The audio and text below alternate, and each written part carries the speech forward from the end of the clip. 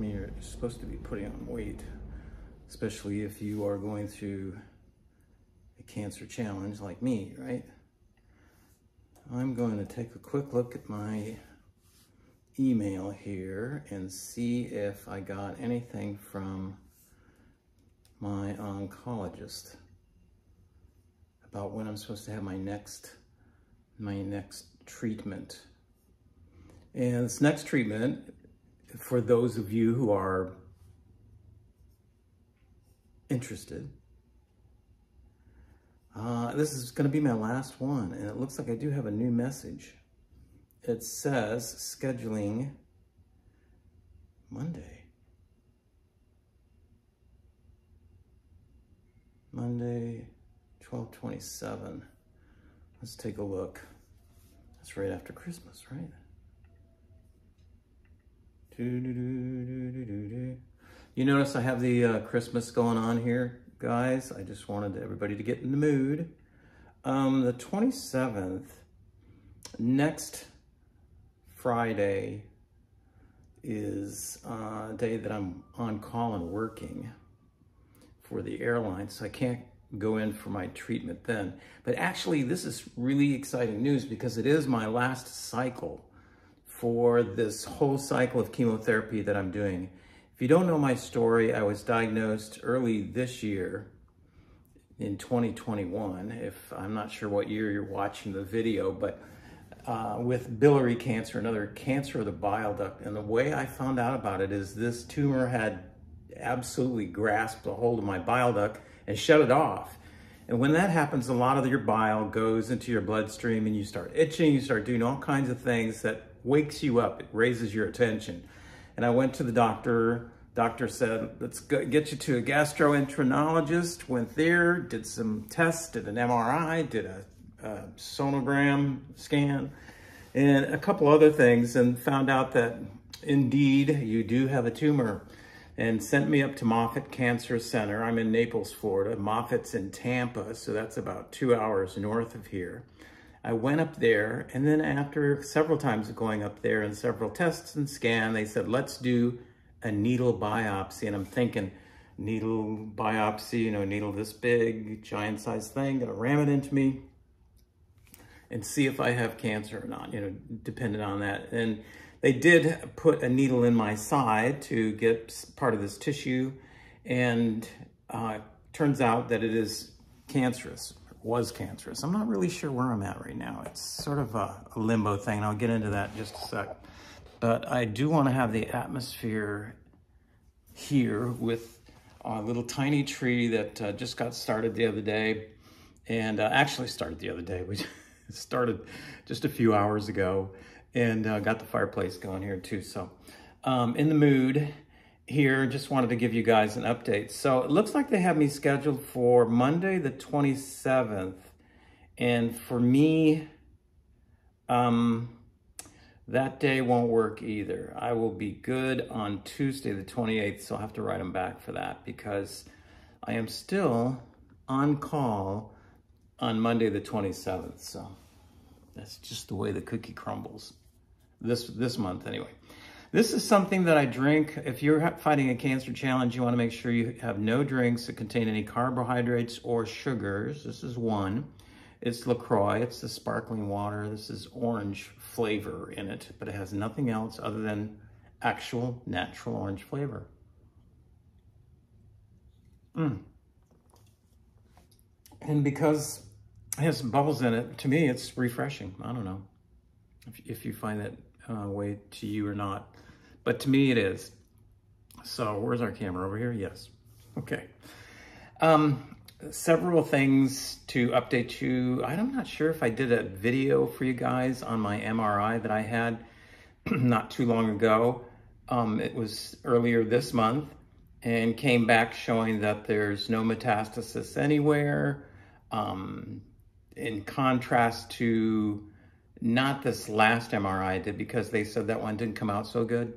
But the one before that, the images came out very well to see contrast. The tumor is shrinking. All this is really good news for me. And, you know, it's tough to stick to my first pillar in my protocol. And if you have watched any of the videos at all, you know that I talk all the time about these pillars in my protocol. There's 7 pillars, and the very first one is the therapeutic or clinical ketogenic diet. Now, what is that?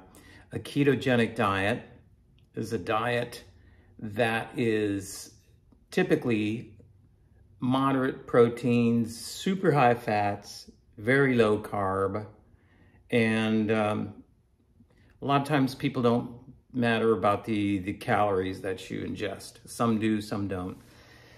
For me, a clinical or therapeutic ketogenic diet is what I have been doing for a long time now, is the kind that's typically done for fighting off diseases such as cancer, diabetes, Alzheimer's, all these metabolic diseases.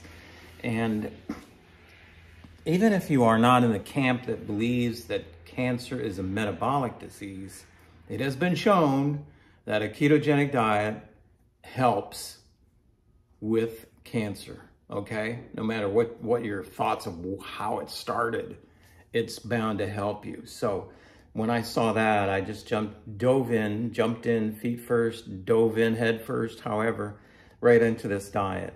And so what I'm saying is, when you have these small wins, or these big wins, I guess, when someone tells you that your MRI came out spectacular, your blood results, which I don't have right here next to me, are just fantastic. Everything's going great. You have one more session to do, then we're going to discuss what we're going to do next. You think, maybe I could make me one of those peanut butter, chocolate, whatever things and, kind of celebrate. But there are recipes for that. We call them Keto Bombs, and a lot of times the Keto Bombs involve fiber that cancel out the carbs. And I'm telling you what, maybe for you that works, but for me, in measuring with my test equipment, it just, I find that I spike anyway with the glucose, and I normally get out of ketosis. So it's not for me. I still have a little bit of fat that I need to ingest before the evening's out. Not really sure how I'm going to do that, because it's past time to be drinking coffee, because normally I would make like a coffee drink and put like some heavy whipping cream in it. Right?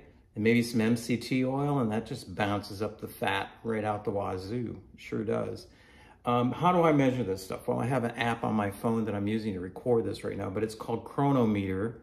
And Chronometer, you can put in there that I put in 3 or 4 tablespoons of heavy whipping cream. Heavy whipping cream is all fat, no protein, no carbs. And actually, for normal people, it tastes good. Now, why do I say normal people? Well, I found out after I started my chemotherapy that your tastes change. Sometimes they tell you about that, sometimes they don't. They do tell you, you know what? I ask, will my hair fall out? And sometimes they just come out and, and tell you, hey, you're probably going to start losing your hair a little bit. So that's why I have the hats. I have quite a collection of hats. Some you guys have sent me, and some that I've collected along the way. And just waiting. It is growing back. I noticed that, but it's not growing back like the nurses down in the treatment center said it would. They said, don't worry, your hair is going to grow back black and curly. And of course, it's white, very, very fine and straight. But that's okay. I don't really care about that part. I'm here today. That's the most important thing, right? So cheating on the ketogenic diet, who's it benefiting? Nobody, right? It'll maybe make you feel cool, like for 20 minutes. And then after that, this guilt comes in and says, you know what? You just cheated on your diet. Tomorrow, you're going to blow through your ketone numbers, and you're going to be completely out of ketosis, which means who cares about the numbers, right? And all that. What we really care about, what you should really concern yourself with, is if you're fighting the disease or not, right? Are you gaining a little bit of foothold on the disease or not? And if you're not, well, then why are you even bothering with all this work that goes in, all this brain effort that goes into worrying about, you know, whether or not you can eat this or eat that. If you take the diet and follow it to the best of your ability, and don't think about cheating. Don't think about, you know, I've done so well, maybe I can have this.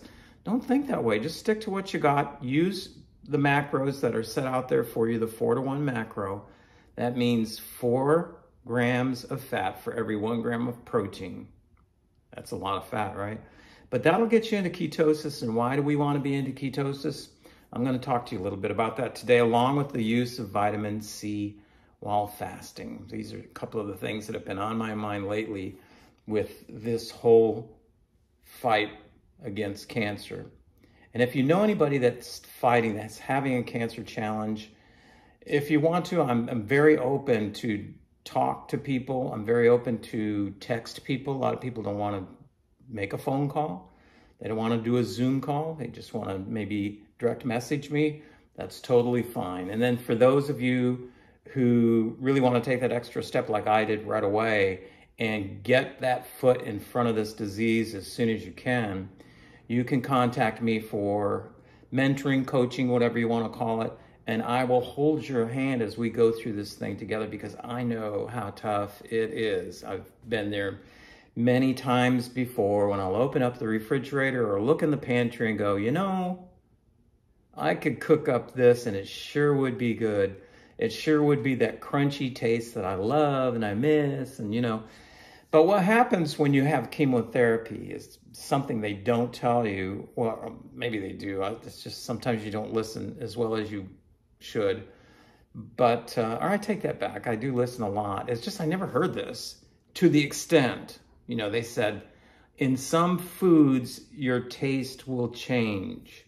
So I'm thinking, okay, please, not coffee, because I love coffee. But what did change was that creamer, that heavy whipping cream. And so now it's kind of hard for me to take it. I'll take it as a therapeutic thing, not because I enjoy it. And maybe you should be taking your supplements and all this stuff that you know you should be taking without thinking, okay, it tastes horrifying, or I have to force myself to do this. Don't think of it that way. Think of it therapeutically. I'm doing this because I'm fighting a disease that's big, that doesn't take a day off, doesn't go on vacation, doesn't have a holiday. Cancer doesn't have Christmas. Cancer doesn't have New Year's. Cancer doesn't go to parties.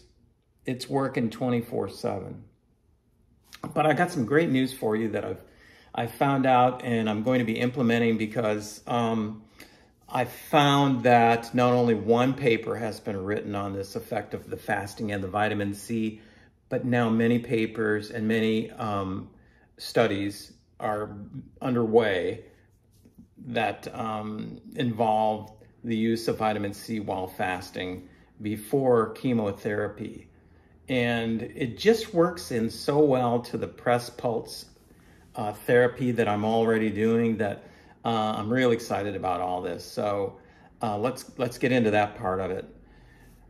First of all, I love Walter Longo's work. Professor Longo at the University of Southern California is the one that really got me onto this thing about fasting before going into my chemo sessions. And ever since day one, the very first session, I have fasted 72 hours going into that chemo session. You may think that's a lot. It is a lot. It's 3 days. But let me tell you the little backstory on the fasting before chemo. So Longo and associates at the university there were doing some experiments with lab mice. And in one group, they had the mice. And in another group, they had some more mice. So they had equal groups of mice. Fed them both chemo. You know, I mean, there's so much chemo, Walter says, that they knew it was enough to kill them, right? Group one, they gave them all the mice chow, rat chow, whatever you call it, lab chow, that they wanted to eat till they just, you know, never took the stuff out. I guess I don't know how they do that in experiments, but they just give them food until they, you know, are this big around or whatever. And in the other group, they starved them. They didn't let them have anything. Nothing at all. I'm not sure if they let them have water. I haven't really read that into it, but probably let them have water because water is a necessity of life. Food you can live a lot longer without than you can water. So they went on for a few days, and then he got a call from one of his associates there, and she said, Walter, you won't believe this, or Professor, or whatever they called him, Professor Longo, you won't believe this. And he goes, why? What's going on there? She said, you got to see this, but all of the mice that were on the diet where they could eat as much as they want, they're all dead. And the mice that we starved, they're running around like they don't even have the chemo in them, right? They're just going like natural mice would do on a beautiful day inside the lab. So he took that experiment and performed it many more times, then started it on humans and found out that it has the same effect. What it does is a beautiful thing that we found out since those early years, in the early 2000s, I believe it was, that our cells, when we go into a fasting state, actually go into a state of protection. And the thought is they do this because they don't know when they're going to get fed again.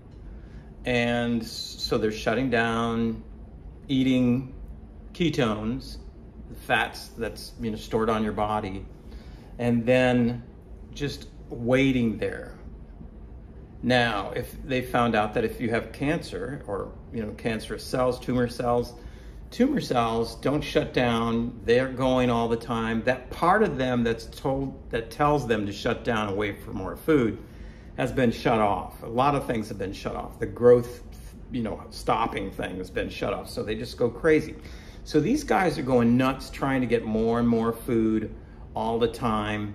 And when you go into the chemo session, we have our normal cells that are super protected, right? And then we have the cancer cells that are just gonna suck up anything. And they uptake, you got it, that chemo, and it just destroys them.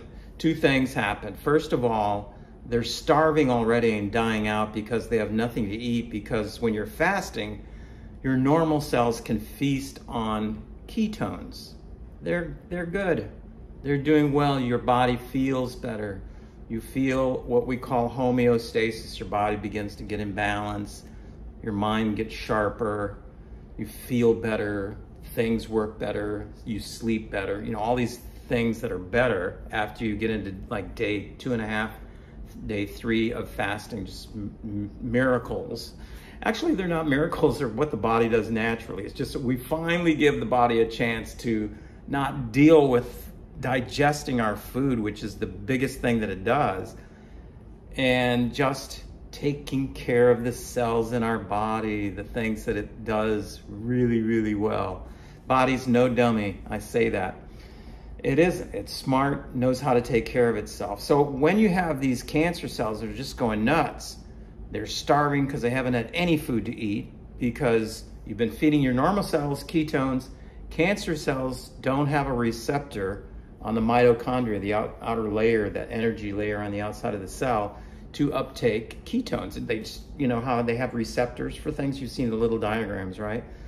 It just doesn't lock, doesn't fit, so they can't eat anything. These are most cancer cells. There may be a few that can indeed uptake ketones, but for the most part, I'm talking about majority of cancer cells can't do this. They're in trouble. They can uptake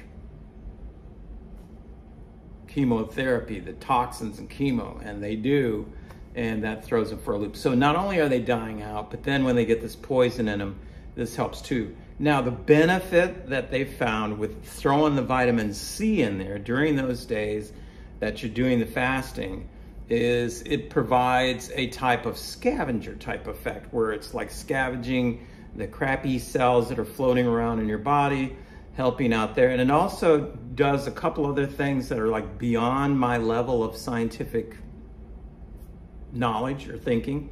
But I'm going to provide the papers, the links to the papers, and you can read through them. There's some really cool diagrams in there too that show when they added vitamin C, they had all these other benefits that popped up that they normally would not have had. And the benefits are so dramatic that I just challenge everybody right now to, when you're going into your chemo session, to do your fasting. And if you're not okay with this, make sure you get on board with your oncologist or your doctor and say, okay, I'm going to do this fast. Depends on where you are with your cancer, right? I say this because a lot of people, you know, are not as challenged as some other people. Some people, you know, it's a hard time for them to lift their head up in bed. That's how weak they are. So going on a 3-day fast is out of the question. Why? Because the body doesn't have the energy to push all the way through that, but they can do something. You can do what Longo calls a fasting mimicking diet, where you're actually taking in a certain amount of food per day, but you're not like giving the body so much food that that's all it does all day is digest your food, and it has no time to do anything else. The interesting thing about Valter Longo and his work, and something that bugs me about the whole thing too, is that he says that, and I'm sure of course he's just protecting himself, but he doesn't want people to do these fasting mimicking things therapeutically at home. He does have a kit that he sells for people who want to just lose weight, maintain, get the immune system rebooted and that kind of thing, the stem cell system, all that. That can be done through the kit that he sells from Prolon. He doesn't take any of the money from that. It goes all to research and the company there to keep it going. But a therapeutic version of this, which is for fighting cancer, fighting other diseases, is still being clinically tried. In other words, they don't really have an approval on that to be selling it. They don't want you taking and going to the grocery store and trying to mimic his fasting mimicking diet.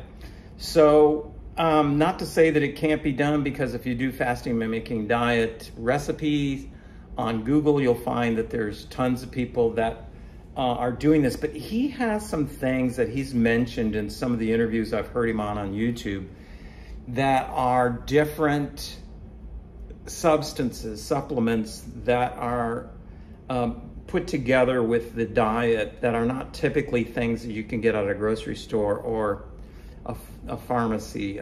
Not that I know of. Some things maybe at a pharmacy, but not off Amazon or something. Probably, I don't know.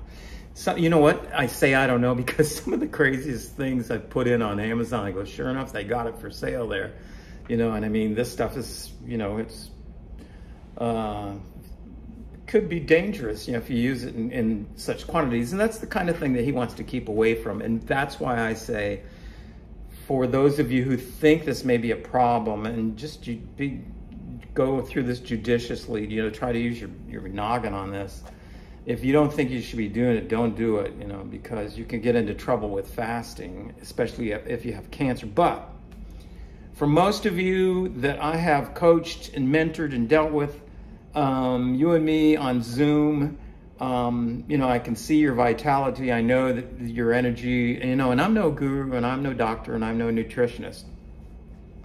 But you can kind of tell when somebody's able to do a certain thing, you know, yeah, they could probably fast. But even that said, I would make sure that you let somebody know that what you're doing, okay?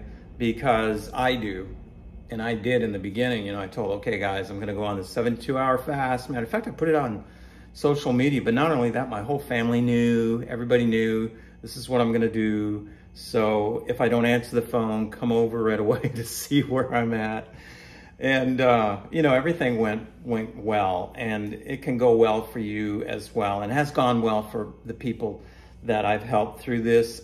They have special contact with me on WhatsApp and also on text messages and that kind of thing. So, you know, if they need to get a hold of me, and then me, you know, if I feel that we need to get a doctor involved or some crazy things going on, you know, we can make that happen too. But, you know, the whole thing is just to be careful, you know, when you get into this thing. And I tread these waters very lightly because I want you to have the benefit of this, but at the same time, I don't want you to be so scared that you're not going to try it and cancer ends up doing a number on you. Now, we know that standard of care involves just the heaviest of toxins for the most part.